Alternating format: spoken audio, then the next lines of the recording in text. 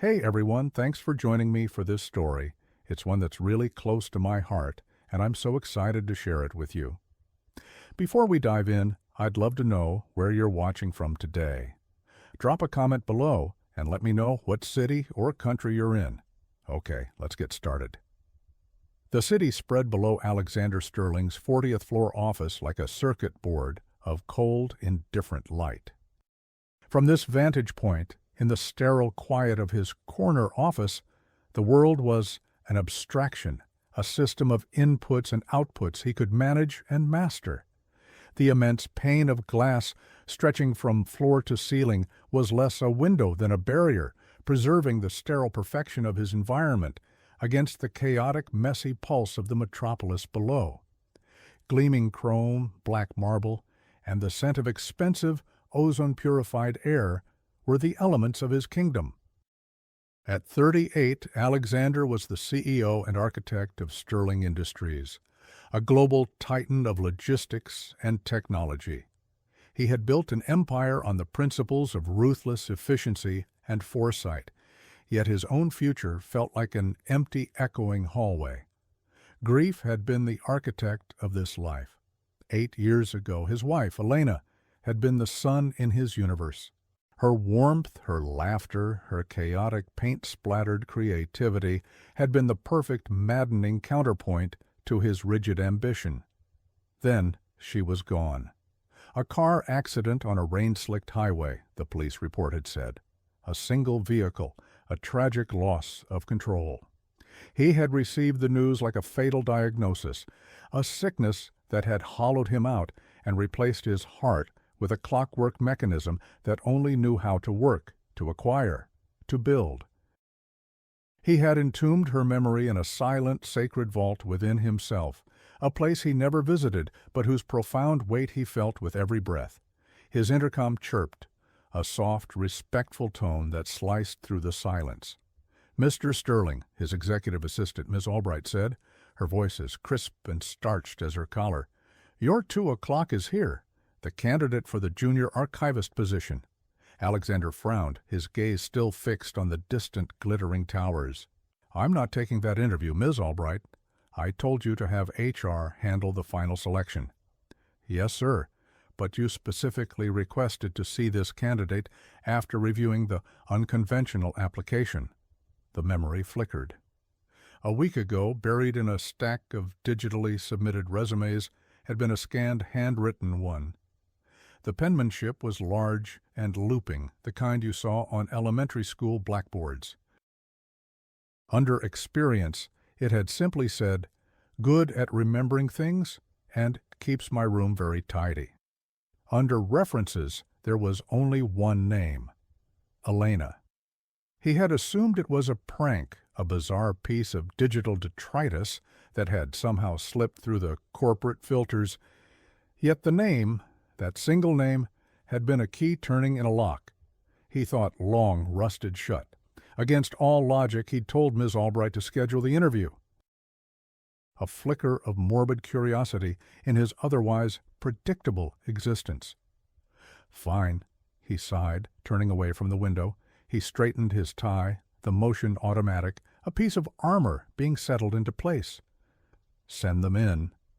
The heavy oak door swung open with a soft, hydraulic hiss. Alexander looked up from his desk, his eyes prepared for some awkward intern or a misguided artist. Instead, the person who stepped inside was a child. She was a little girl, perhaps 7 years old, with luminous dark eyes that seemed to absorb all the light in the room. Her hair was braided into 2 neat cornrows, tied with small white ribbons. She wore a simple blue dress that was impeccably clean, but showed the faint telltale signs of having been lovingly patched at the elbow. In her small hands, she clutched a worn red cardboard folder, holding it against her chest like a shield. For a moment, the world seemed to freeze. Alexander stared, his mind struggling to process the image. He felt a surge of irritation, assuming this was some misguided take-your-daughter-to-work-day scenario, a subordinate's colossal error in judgment. "Can I help you?" he asked, his voice colder than he intended.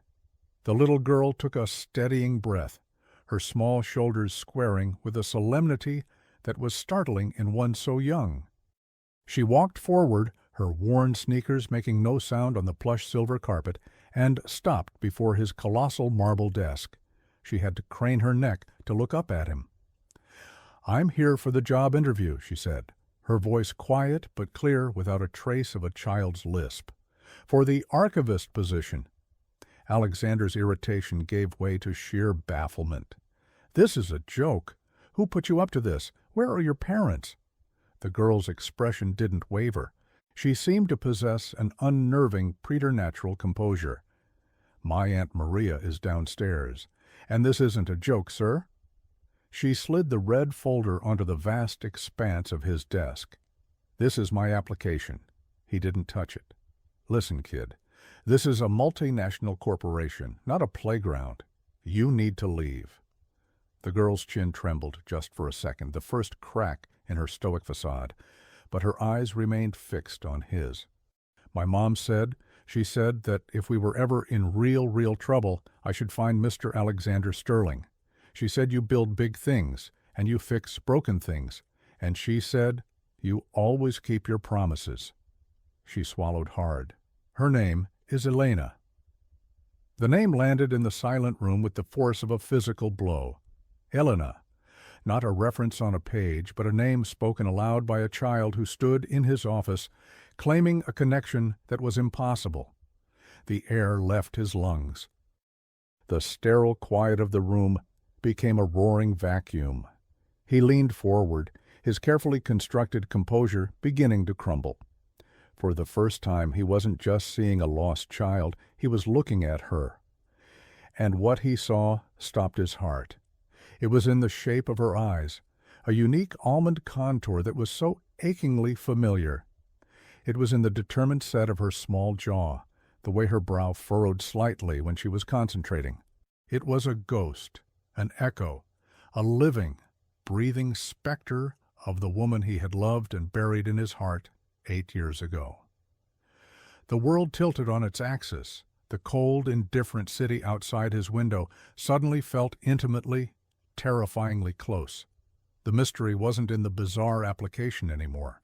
The mystery was standing right in front of him. He managed to find his voice, a rough whisper. "What is your name?" "Serafina," she said, "but my mom calls me Sarah." Alexander's mind raced, a maelstrom of confusion, and a pain so sharp it felt new. He fumbled for the intercom button, his hand shaking slightly. "Ms. Albright, cancel my afternoon." "Sir?" "All of it," he commanded, his eyes never leaving the little girl who looked impossibly, heartbreakingly like his dead wife. "And get me Marcus Thorne on the line. Now."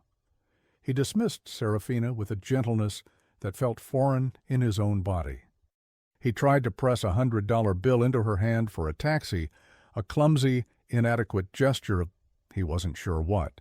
Protection? Atonement? She politely but firmly refused, her small fingers closing into a fist. "Thank you, sir, but my Aunt Maria is waiting for me. She said I should never take money from strangers." The words, so full of innocent, well-taught caution, were another small dagger to his soul. A stranger. That's what he was. He watched her walk out, her back straight, a small, solitary figure swallowed by the vastness of his corporate world. The moment the door closed, the fortress of Alexander's control shattered.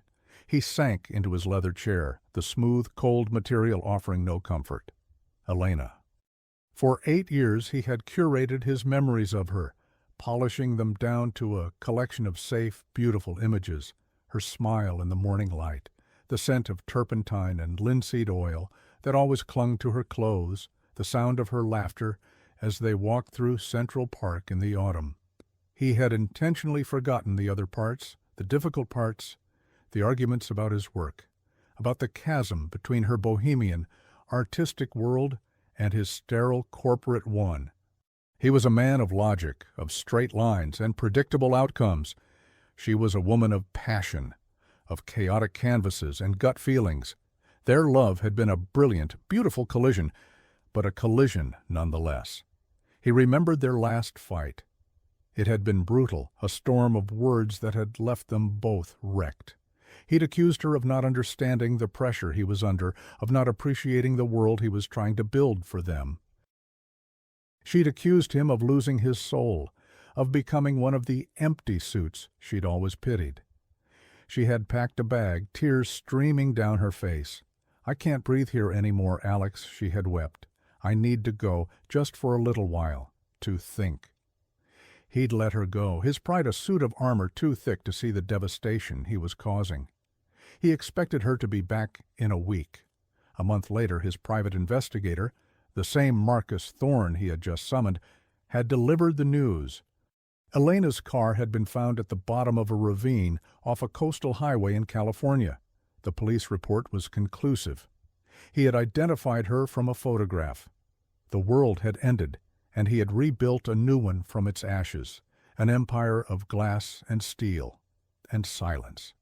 Now a 7-year-old girl with Elena's eyes had walked into that empire and planted a seed of impossible doubt. The private line on his desk rang. It was Marcus, his head of security, a former intelligence officer whose loyalty was as absolute as his methods were discreet. "Alex, what's going on? You sounded—" "I need you to find someone, Marcus," Alexander interrupted, his voice taut. "A woman named Elena Vance and her daughter, Serafina Vance. I need to know everything, where they live, their history, their financial situation, everything. And, Marcus—" He paused, the next words feeling like treason to his own grief. "I need to know if Elena is alive." There was a stunned silence on the other end of the line. Marcus was one of the few people who knew the whole story of Elena's death. "Alex, what is this? We had confirmation. We saw the reports." "A little girl was just in my office, Marcus. She said her mother's name was Elena, and she looked just like her." The words were barely a whisper. "I need you to be a ghost. No one can know you're looking. No one." Or, "Understood," Marcus said, his tone shifting back to professional efficiency. "I'm on it." The rest of the day was a blur. Alexander stared at financial projections, but all he saw was a child's solemn face. The numbers on the screen blurred into the pattern of a worn blue dress. The hum of the servers in the building became the echo of a quiet, clear voice, saying a name he thought he would never hear again. His empire, the construct that had defined his existence for nearly a decade, suddenly felt like a house of cards, its foundations trembling from the footsteps of one small child. Late that night, Marcus called back. The speed of his work was a testament to his skill. "I found them," Marcus said, his voice low and grim. "The girl's name is Serafina Vance, 7 years old. She lives with her aunt, Maria Sanchez, in a walk-up apartment in the Bronx. They have next to nothing." Alexander held his breath. "And the mother, Elena Vance?" Marcus hesitated. "Alex, you need to prepare yourself. Elena Vance is alive. Or she was. She's currently a patient at St. Jude's Public Hospital. She was admitted 2 weeks ago. A sudden, massive brain aneurysm. She's in a coma." The floor seemed to drop out from under Alexander. Alive! All this time, she had been alive, living in the same city, breathing the same air. The grief he had carried for 8 years was a phantom limb, an ache for something he had been wrong about all along. But the relief was instantly crushed by a wave of cold fury and betrayal. She had left him. She had let him believe she was dead, and she'd had a child. His child. The dates lined up, 7 years old. She would have been pregnant when she left. "Is it possible?" Alexander asked, the question tearing from his throat. "Could she be mine?" "The resemblance you mentioned. It's certainly possible," Marcus said gently. "But there's only one way to know for sure. It's difficult, ethically and logistically, but not impossible."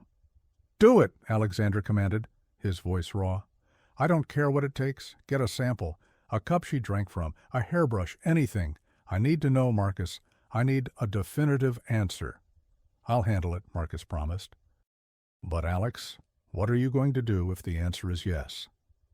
Alexander looked out the window of his penthouse apartment. The city lights, once a symbol of his power, now seemed like a million lonely stars in an endless, dark void. He had no answer.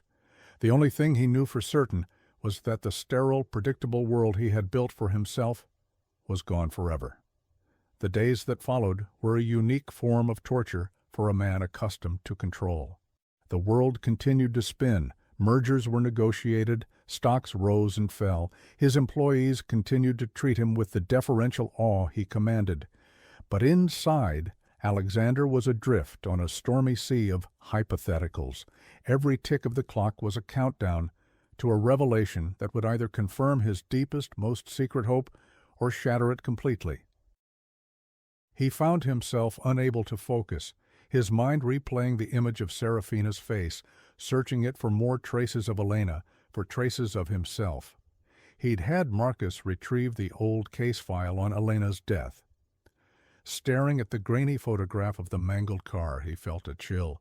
The report had been so thorough, the evidence so conclusive.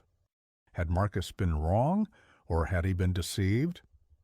The thought that Elena could have orchestrated such a thing, faking her own death to escape him, was a betrayal so profound it almost eclipsed the possibility that she had given him a daughter. He spent hours in his silent, cavernous penthouse, digging through a sealed crate in his storage unit, a time capsule of his life with Elena that he'd never had the strength to open.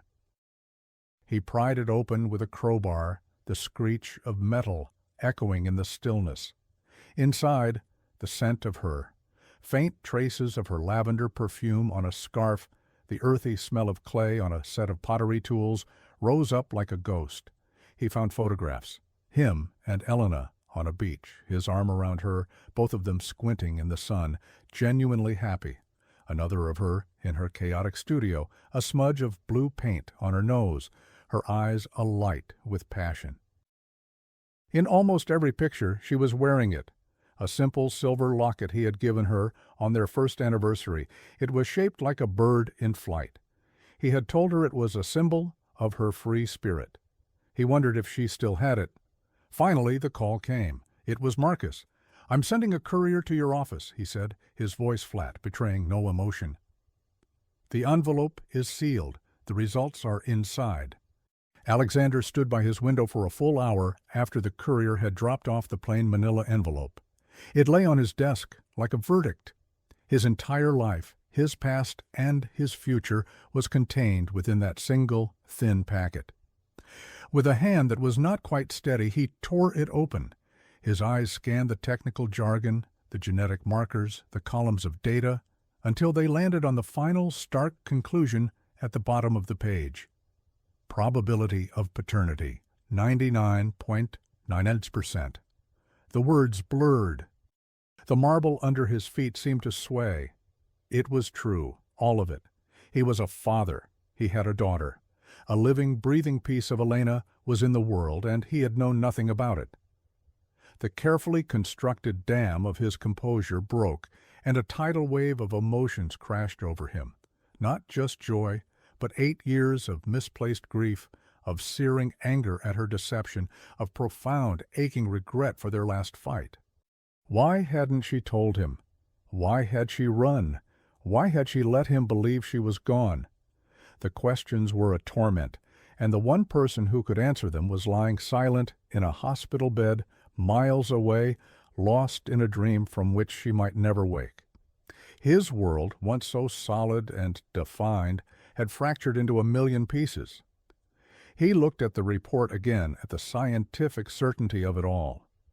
This wasn't an emotional plea or a child's story anymore. It was a fact. Serafina Sterling. His daughter. The name felt strange and powerful on his tongue. He knew then that he couldn't stand on the sidelines. He couldn't be a ghost in her life, a secret benefactor. He had to act. But how? He couldn't just storm into their lives, a billionaire demanding his paternal rights. He had to be smarter than that. He had to be worthy of her. His first move was to the hospital. He didn't go as Alexander Sterling, the titan of industry. He went as a potential philanthropist, a man interested in making a significant donation to the neurology ward. It gave him access, a reason to be there without raising alarms. St. Jude's was a world away from the gleaming private clinics his circle frequented. The air was thick with the scent of antiseptic and quiet desperation. The floors were worn, the walls painted a faded, institutional green. And in a small shared room at the end of a long corridor, he found her, Elena. The sight of her stole the air from his lungs. She was thinner than he remembered, her vibrant olive skin now pale and translucent. A web of tubes and wires connected her to a symphony of beeping, humming machines that were keeping her alive. But it was her, the proud line of her brow, the curve of her lips, even in stillness, were achingly familiar. He stood in the doorway for a long time, unseen, a storm of rage, sorrow, and a love that had never truly died raging within him.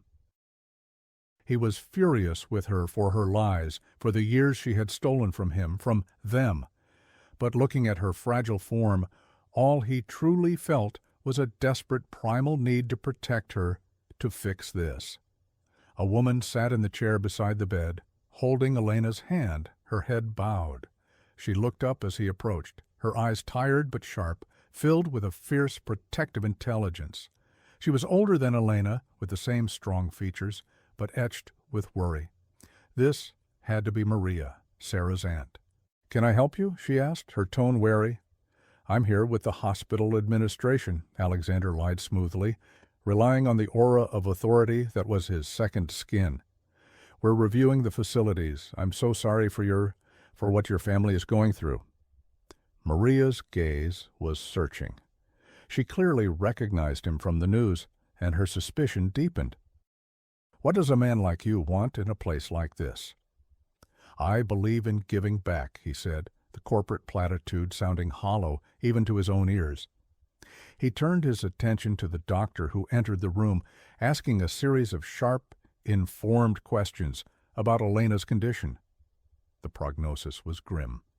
Her chances of a full recovery were slim, the doctor admitted, especially with the limited resources at their disposal.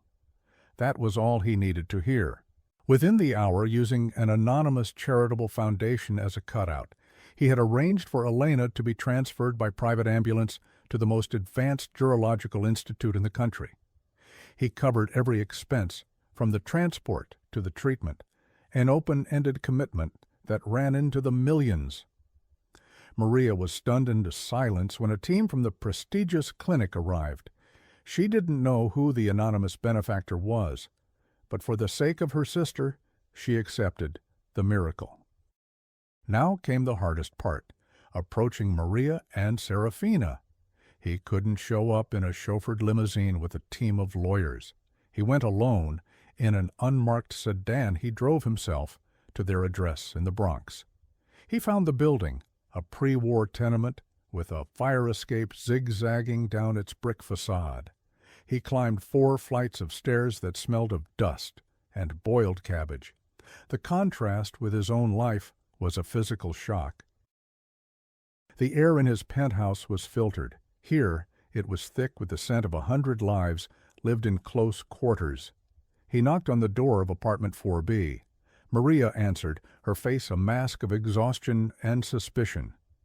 Sarah peeked out from behind her legs, her large, dark eyes wide with curiosity. Alexander didn't offer grand pronouncements. He held up 2 large bags of groceries. "I was at the hospital," he said simply. "I spoke with the doctors. I heard you've been spending all your time there. I just thought you might not have had time to shop." The gesture was so mundane, so practical, it disarmed her. She hesitated, then stepped aside, letting him into their small, cramped apartment. It was sparsely furnished, but immaculately clean. A pot of stew simmered on the stove, filling the room with a warm, savory aroma. Children's drawings were taped to the refrigerator. Despite the poverty, the place radiated a warmth and love that his sprawling penthouse utterly lacked. It felt more real, more human than anywhere he had been in years. He didn't drop the bombshell of his paternity. Not yet. He told Maria that he had known Elena a long time ago, that he had heard about her accident through a mutual friend and wanted to help. The lie was thin, but it was a start. He focused his attention on Sarah, kneeling down so he was at her eye level. "Your aunt tells me you're very smart," he said, his voice softer than he thought possible. "What are you learning in school?" Sarah was quiet, clutching a small, tattered doll. She studied him with an unnerving intensity, her gaze seeming to penetrate straight through the expensive suit and the carefully constructed facade to the broken man beneath. He was clumsy, awkward, a man used to commanding boardrooms, now struggling to connect with a 7-year-old girl. But for the first time in a very long time, he was trying. He was genuinely, desperately trying. Alexander began to weave himself into the fabric of their shattered lives, thread by careful thread. He visited the apartment every few days, his presence a strange new constant in their world of uncertainty. He never came empty-handed, but he learned quickly. Extravagant gifts were met with polite but firm refusal from Maria and quiet suspicion from Sarah. So he brought things that mattered, a new set of advanced textbooks when he learned Sarah was reading far above her grade level, a subscription to an art magazine for Maria, who had once dreamed of being a painter before life got in the way, a new, more comfortable armchair for the apartment so Maria would have a decent place to rest after her long vigils at the clinic. He learned to shed the skin of the CEO. He took off his jacket, rolled up his sleeves, and fixed a leaky faucet in their kitchen, the simple, tactile work of it more satisfying than closing a multi-million-dollar deal. He learned that Sarah loved astronomy and could name all the moons of Jupiter. He learned that Maria had a dry, sharp wit that only emerged when her guard was down. He was an outsider, an anomaly in their world, but he was slowly, painstakingly earning a fragile measure of trust. His time with Sarah was a revelation. He took her to the planetarium, and as she stared up at the manufactured constellations, her face rapt with wonder, he felt a pang of protective love so fierce it almost brought him to his knees. This was his daughter. This brilliant, serious, wonderful little girl was his. He saw so much of Elena in her curiosity, but he also started to see himself in her methodical way of explaining the orbital mechanics of a planet, in her quiet, observant nature. The moment of truth arrived on a gray Tuesday afternoon. Alexander was at the apartment helping Sarah with a school project. The assignment was to create a family tree. Sarah had drawn a beautiful, strong trunk for her mother, and a smaller connected branch for her Aunt Maria. The other side of the tree, the paternal side, was completely blank. She looked up at him from the floor where she was coloring, her crayon hovering over the empty space. "Mr. Sterling?" she asked, her voice small. "Do you think you could help me find my dad, my mom?" She never talked about him. "I don't think he knows I'm here." The simple, innocent question was a perfectly aimed arrow to the heart of him. This was it, the opening he had been waiting for, the one he hadn't known how to create himself. He sat down on the floor beside her, the expensive wool of his trousers bunching uncomfortably. He took a deep breath. "Sarah," he began, his voice thick with emotion, "there's something I need to tell you." "And your Aunt Maria." He called Maria into the room. She stood with her arms crossed, her face a mixture of anxiety and expectation. She knew this was coming. Alexander reached into his jacket pocket and pulled out his wallet. From a hidden compartment, he retrieved a small faded photograph. It was the one of him and Elena on the beach, their younger faces bright with a hope he had long since forgotten. He handed it to Maria. "I knew your sister very well," he said, his voice low and steady. We were married." Maria gasped, her hand flying to her mouth. She stared from the photograph to his face, the pieces of the puzzle clicking into place with an audible snap. The anonymous benefactor, his sudden appearance, his intense interest in Sarah.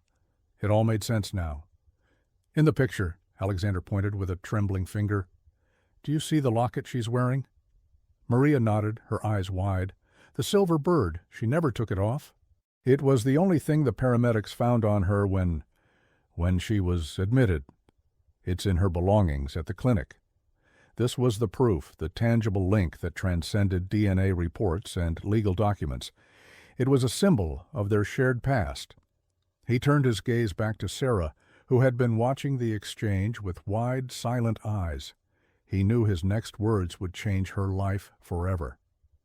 "Sarah," he said softly, "the reason your mom never told you about your father is because she didn't think he was a part of her life anymore. They had a fight, a terrible one, and she left. She was going to tell him about you, but she was scared, and I was foolish and proud, and I didn't go after her. I didn't know she was carrying the most precious person in the world." He met her gaze directly.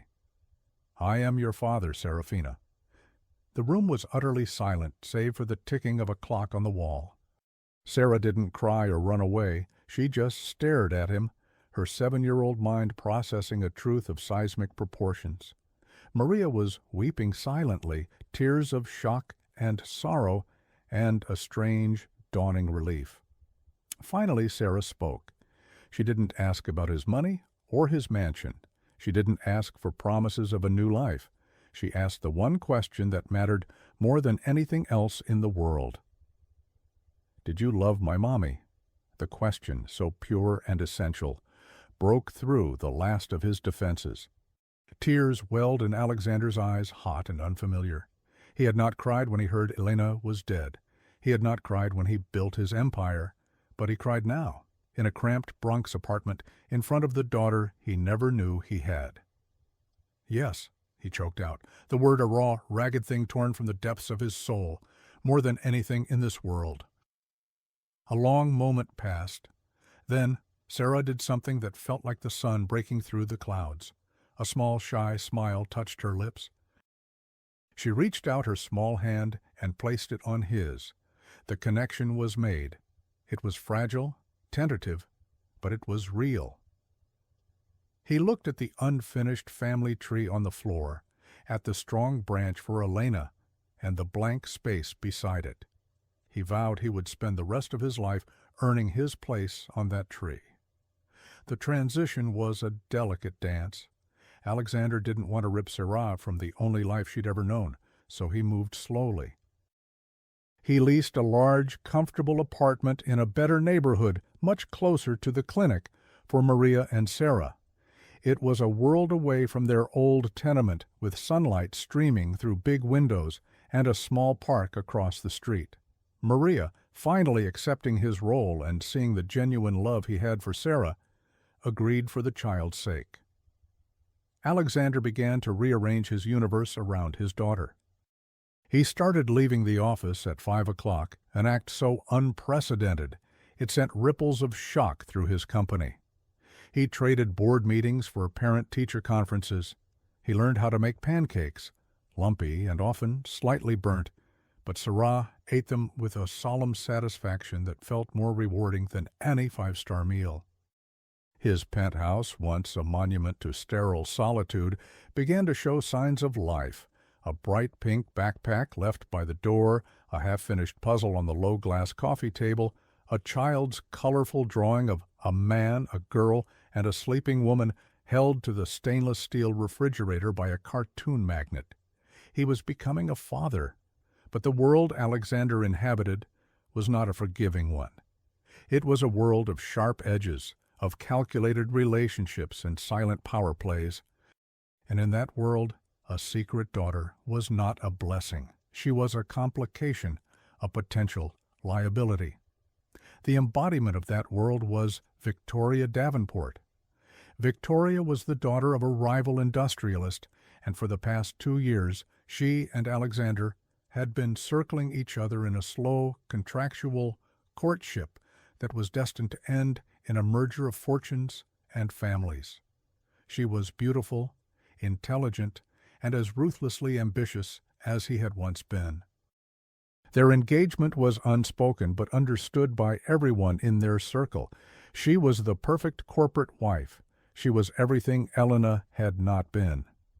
She arrived at his penthouse one evening, unannounced, using the key he had given her months ago and had forgotten to ask for back. She swept in, a vision in couture, her perfume instantly overpowering the faint, homey scent of the chicken noodle soup he and Sarah had made earlier. Her eyes, sharp and analytical, scanned the room and immediately fell upon the drawing on the refrigerator. She walked over to it, her heels clicking on the marble floor. She stared at the crude crayon figures. "What is this?" she asked, her voice dripping with a carefully controlled disdain. "A gift," Alexander said simply, his tone guarded. "From whom?" Victoria pressed, turning to face him. "Don't tell me one of your executive's children has been let loose in here. You've always had such a strict policy about clutter." Before Alexander could formulate a response, the door to the guest room opened, and Sarah padded out in her pajamas, rubbing her eyes. "Alex," she said, her voice sleepy, "I had a bad dream." Victoria froze. Her perfectly sculpted face went rigid, her eyes narrowing as she took in the sight of the small, sleepy black child standing in the middle of Alexander Sterling's penthouse.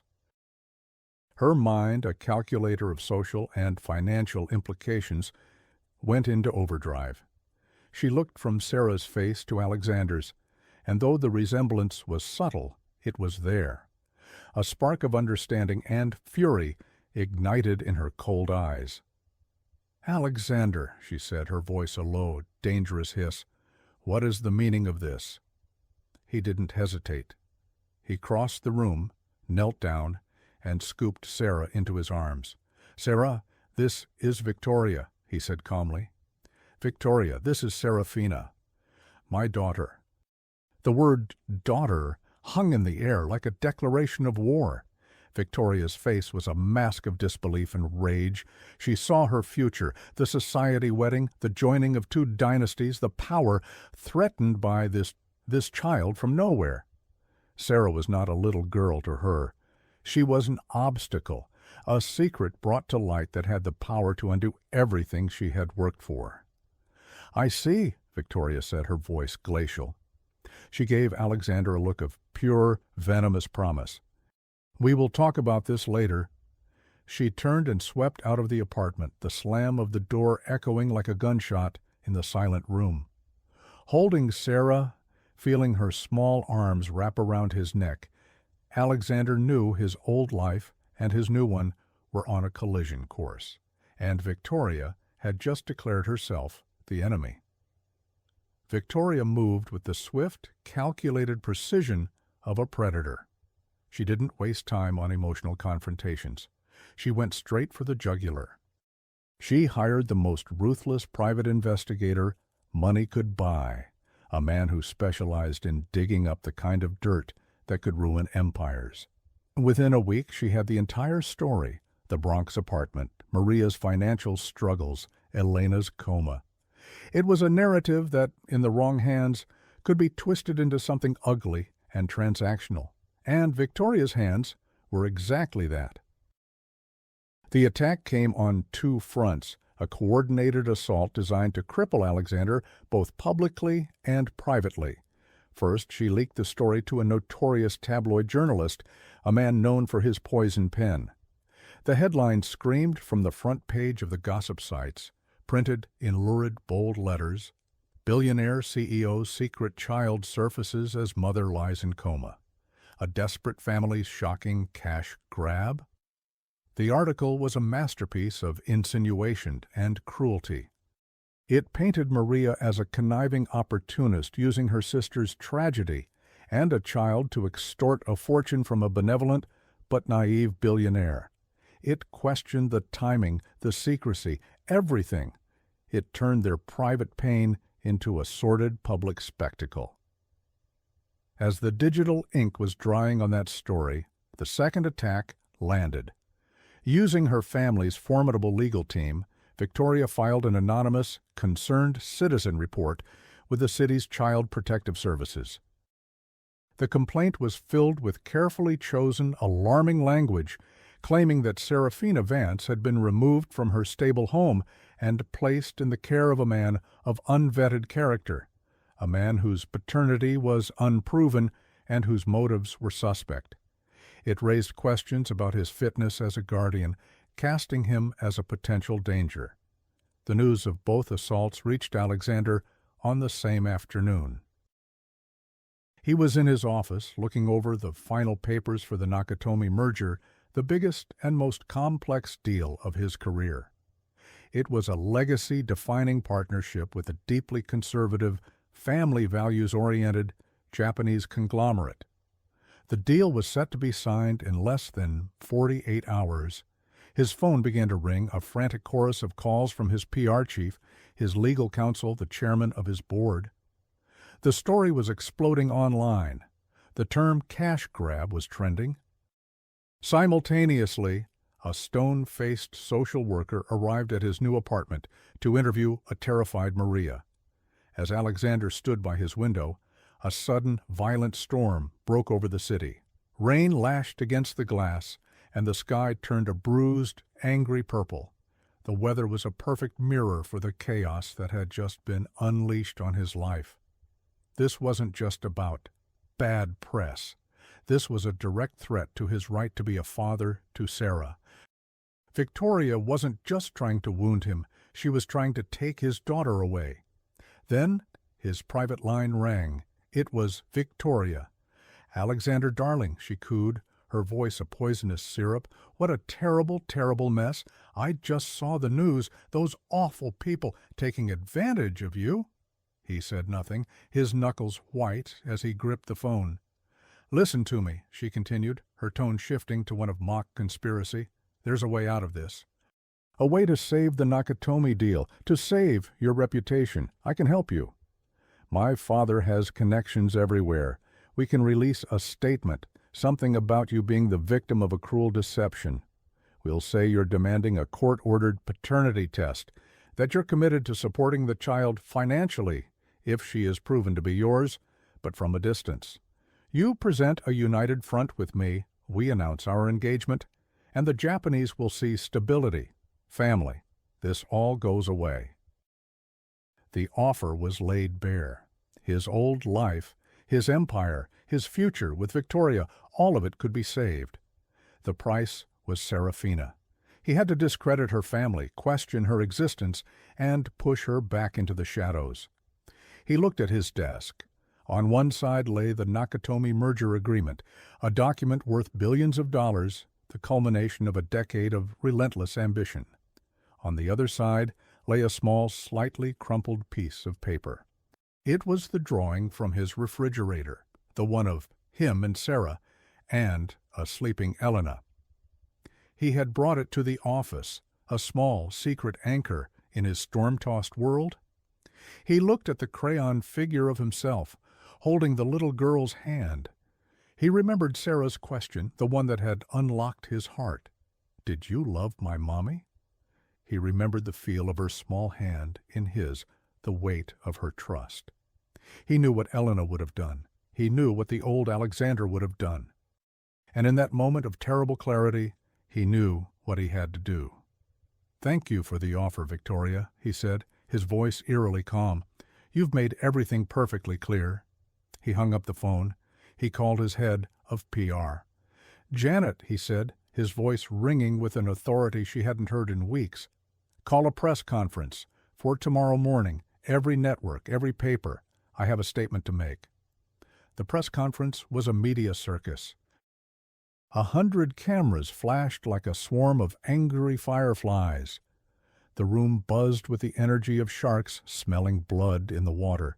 The story had everything: money, sex, secrets, tragedy. At the back of the room, discreetly placed, sat the delegation from the Nakatomi Corporation, their faces impassive, their presence a silent, powerful judgment. Alexander walked to the podium. He looked different. The sleek corporate armor was gone. He wore a simple dark suit, but his face was open, his eyes clear. He looked not at the cameras, but through them, as if speaking to someone far away. He set aside the statement his frantic PR team had prepared for him. "Good morning," he began, his voice steady, filling the cavernous room. "I'm sure you've all read the stories that have been circulating over the last 24 hours. Stories filled with speculation and insinuation. I'm here today to give you the facts." He paused, taking a deep breath. "The first fact is this. I have a daughter. Her name is Serafina. She is 7 years old, she is brilliant, and she is the best thing that has ever happened to me." A murmur went through the crowd. This was not the denial they had expected. "Her mother is Elena Vance," he continued, his voice growing thick with emotion. 8 years ago I loved Elena more than my own life, but I was a younger, more foolish man. I allowed my ambition and my pride to create a rift between us. She left me. And due to a tragic series of lies and misunderstandings, I was led to believe that she had died. I have spent 8 years grieving a woman who was alive. That is a failure I will carry with me for the rest of my days." He looked directly into the main network camera. "The articles that have been published are a cruel and calculated lie. They attack the character of Maria Sanchez, a woman who has sacrificed everything to care for her sister and raise her niece with love and dignity. They are not gold diggers. They are family. My family." He gestured toward the Nakatomi representatives.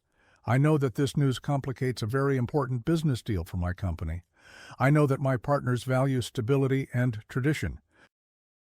But I am here today to tell you, and to tell the world, that my first and most important responsibility is not to my shareholders, but to my daughter." He leaned into the microphone, his voice ringing with conviction.